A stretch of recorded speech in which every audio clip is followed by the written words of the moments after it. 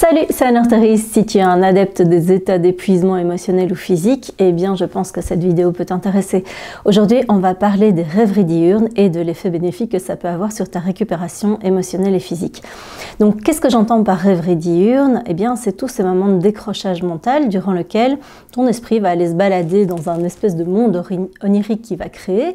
Et ce monde n'a pas forcément de sens, c'est-à-dire que c'est tous les moments où, à la place d'être concentré comme tu devrais sur une tâche, que ce soit matérielle ou une tâche simplement attentionnelle, eh bien ton esprit va divaguer et tu vas être, comme on dit, dans la lune. Donc, je te parlais dans la vidéo précédente, je te mets le lien ici, que ces moments-là, si tu veux atteindre tes objectifs, si tu veux pouvoir être performant dans ta vie de tous les jours, eh ben, ça va être nécessaire de les mettre dans ta vie de tous les jours aussi. C'est-à-dire, c'est tous ces moments où tu t'autorises à décrocher et tu t'autorises à te foutre la paix.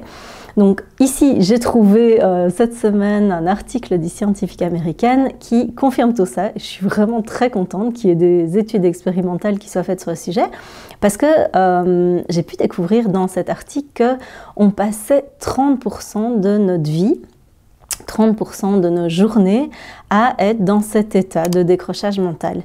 Alors, c'est hyper intéressant parce que j'ai plusieurs clients avec lesquels j'en ai déjà discuté qui ne s'autorisent pas à rêver parce que assez habituellement dans leur histoire, et ça a été le cas dans la mienne aussi, et tu te reconnaîtras peut-être là-dedans, à chaque fois que j'étais dans la lune ou à chaque fois que je m'autorisais à pouvoir décrocher, à pouvoir ne rien faire, mon environnement censurait ça. Que ce soit familial, qui me disait voilà, t'as pas quelque chose à faire plutôt que de rêvasser, que ce soit à l'école où on me disait Anne-Laure, concentre-toi, t'es distraite. Bref, à chaque fois que j'essayais d'être dans ce moment-là où ça s'imposait à moi, hop, on me ramenait. Mes clients me disaient exactement la même chose. Ils me disaient, mais en fait, moi, je culpabilise quand je suis dans cet état-là parce que j'ai l'impression que je ne suis pas productif. J'ai l'impression que je n'ai pas le droit de faire ça parce que je ne fais rien et en fait, ça ne sert à rien. Et cet article-là disait complètement l'inverse, c'est-à-dire que cet état de rêverie diurne serait hyper important et en particulier dans le cas où voilà, tu es sujet à l'épuisement émotionnel ou physique, simplement que tu es un bon candidat pour le burn-out ou pas très loin en tout cas. Parce que ça a une fonction de récupération, ça a une fonction qui est multiple en fait. La première chose, c'est que ça va te permettre d'intégrer tout ce que tu vis dans ton monde extérieur, dans ton monde intérieur. C'est un petit peu la même fonction que le sommeil profond. Quand tu dors, tu es en état de tri des informations et d'intégration de ces informations. C'est comme si ton mental recevait une pile de dossiers chaque jour et que la nuit, il faisait du tri dans ses dossiers. Eh bien, pendant ces moments de rêverie diurne, il est déjà en train de faire du tri en fait. Donc ça va te faciliter la tâche pour intégrer toute une série d'informations. Et donc si par exemple tu vis des choses qui sont plus dures à digérer émotionnellement, eh ben te laisser ces moments de rêverie diurne, ça va permettre de faire du tri et de digérer plus facilement cette information. Si tu t'es fait incendier par ton patron pendant la journée, eh bien le fait de prendre ta tasse de café et de rêvasser en regardant les nuages, en décrochant, en ne cherchant pas spécialement de solution, mais en t'autorisant simplement à souffler, ça va te permettre émotionnellement de récupérer beaucoup plus vite et d'intégrer l'information qui vient de se passer.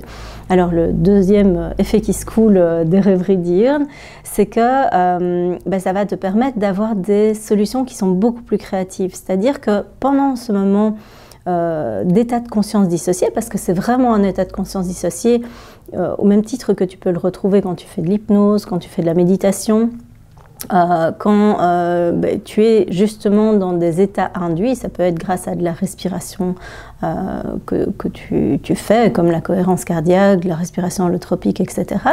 Eh bien, tous ces états de conscience modifiés vont avoir la même fonction, c'est-à-dire de te permettre d'avoir accès à des liens, à des, des associations que ton cerveau fait et qu'il ne ferait pas spontanément si tu te mettais dans une recherche active de solutions. C'est-à-dire que là, le fait d'avoir un état de conscience flottant, tu vas pouvoir aller récupérer des informations dans ton inconscient que lui-même va te proposer. Et donc, ça ouvre vraiment la voie à toute une série de nouvelles informations auxquelles tu vas pouvoir accéder, de nouvelles solutions et à toute une partie de ta créativité. Donc au plus tu vas être dans ces moments où tu te laisses tranquille et tu t'offres des petites fenêtres de récupération, au plus tu vas pouvoir être créatif. Donc ça c'est vraiment déjà hyper intéressant. L'autre chose c'est que tu vas être en état de récupération physique.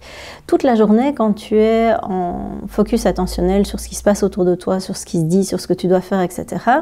C'est un petit peu comme si tu utilisais ta batterie énergétique qui va se vider au fur et à mesure de la journée pour consacrer de l'énergie à ces tâches-là. Quand tu es en état de rêverie diurne, en fait, tu mets ton cerveau sur off et il peut se reposer. Donc, c'est-à-dire que pendant ce temps-là, il n'est pas sursollicité par plein d'informations. C'est comme s'il se mettait dans une bulle pour qu'il puisse récupérer et souffler, tout simplement. Donc tous ces moments-là, c'est aussi des moments où tu vas pouvoir récupérer comme si tu faisais, je prends une caricature, mais c'est comme si tu faisais des mini-siestes qui te permettent de récupérer un certain niveau d'énergie. Donc tu vois que si tu inclus ces moments-là pendant la journée, et c'est pas forcé que ce soit des longs moments, quelques minutes, même si tu prends une minute à différents moments de ta journée, ça va déjà avoir un effet super bénéfique sur ta récupération émotionnelle, physique, sur le fait que tu puisses trouver des solutions et le fait aussi que tu puisses intégrer toute une série d'informations. A contrario, si jamais tu es dans un environnement où tu ne te laisses pas souffler, tu vas voir apparaître de manière beaucoup plus accentuée. C'est peut-être déjà le cas dans ta vie de tous les jours, mais tu vas voir que ça va s'amplifier très très fort. Tu vas avoir une fatigue mentale, c'est-à-dire que tu vas avoir de plus en plus de mal à te concentrer. Tu vas avoir une grande labilité émotionnelle, donc là tu vas avoir des montagnes russes émotionnelles. Tu ne vas pas savoir pourquoi tu es beaucoup plus sensible, pourquoi tu es beaucoup plus triste ou bien beaucoup plus frustré ou énervé au cours de tes journées. Tu vas avoir aussi, tu peux avoir des difficultés physiques, c'est-à-dire tu vas avoir tu peux avoir des douleurs, tu peux avoir ton corps qui commence à manifester toute une série de maux et de troubles sans vraiment savoir pourquoi. C'est juste que ton système organique est vraiment en train de s'épuiser et il est dans le rouge en fait. Donc tout ça, c'est des moments où ton corps ou ton esprit vont essayer de tirer la sonnette d'alarme en te disant « là, il faut vraiment que tu fasses quelque chose ». Tu commences à être vraiment sur la pente, voire les deux pieds dedans, dans l'épuisement émotionnel et physique. Donc, si tu vois que tu fais des craquages réguliers, pas irréguliers, que tu es beaucoup plus irrégulier justement dans ta stabilité émotionnelle, dans ta stabilité attentionnelle, tu peux te dire que ça vaut vraiment la peine d'inclure ces moments de rêverie dans tes journées. Alors, si tu vas un cran plus loin dans l'épuisement émotionnel et l'épuisement physique, tu vas commencer à avoir ce qu'on appelle une anédonie, c'est-à-dire que ce qui te faisait plaisir dans le passé ne te fait plus spécialement plaisir. Ce qui crée de la joie, ta joie, elle va tout doucement disparaître du tableau et tu risques de perdre le sens de ce que tu vis. Même si tu as construit une vie qui te plaît, qui te ressemble et dans laquelle tu es bien, elle va perdre de son sens. Donc ça, c'est vraiment des signaux d'alarme que je t'invite à voir pour ne pas aller trop loin dans l'épuisement et risquer justement un burn-out.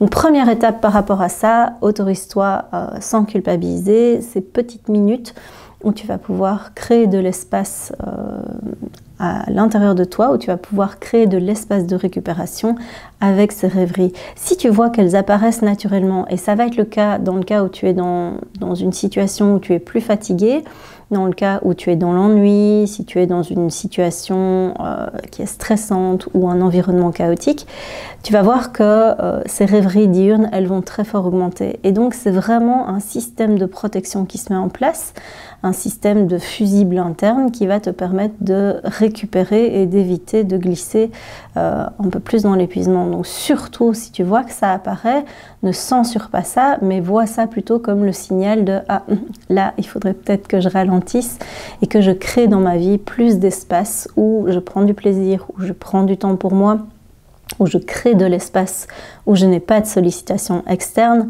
Donc typiquement, quand tu rentres de chez toi après une grosse journée de boulot, si tu peux te créer un petit sas de 5 minutes avant de t'engager dans les tâches ménagères, répondre aux enfants, je ne sais pas moi, faire à manger, faire des tâches qui sont propres à ton environnement de vie, ben en fait, fais-le. Donc 5 minutes où tu te dis, ok, là je suis là pour personne les amis, je souffle, dans 5 minutes je suis là, et ben ça peut être vraiment des petites soupapes de sécurité qui peuvent vraiment t'aider.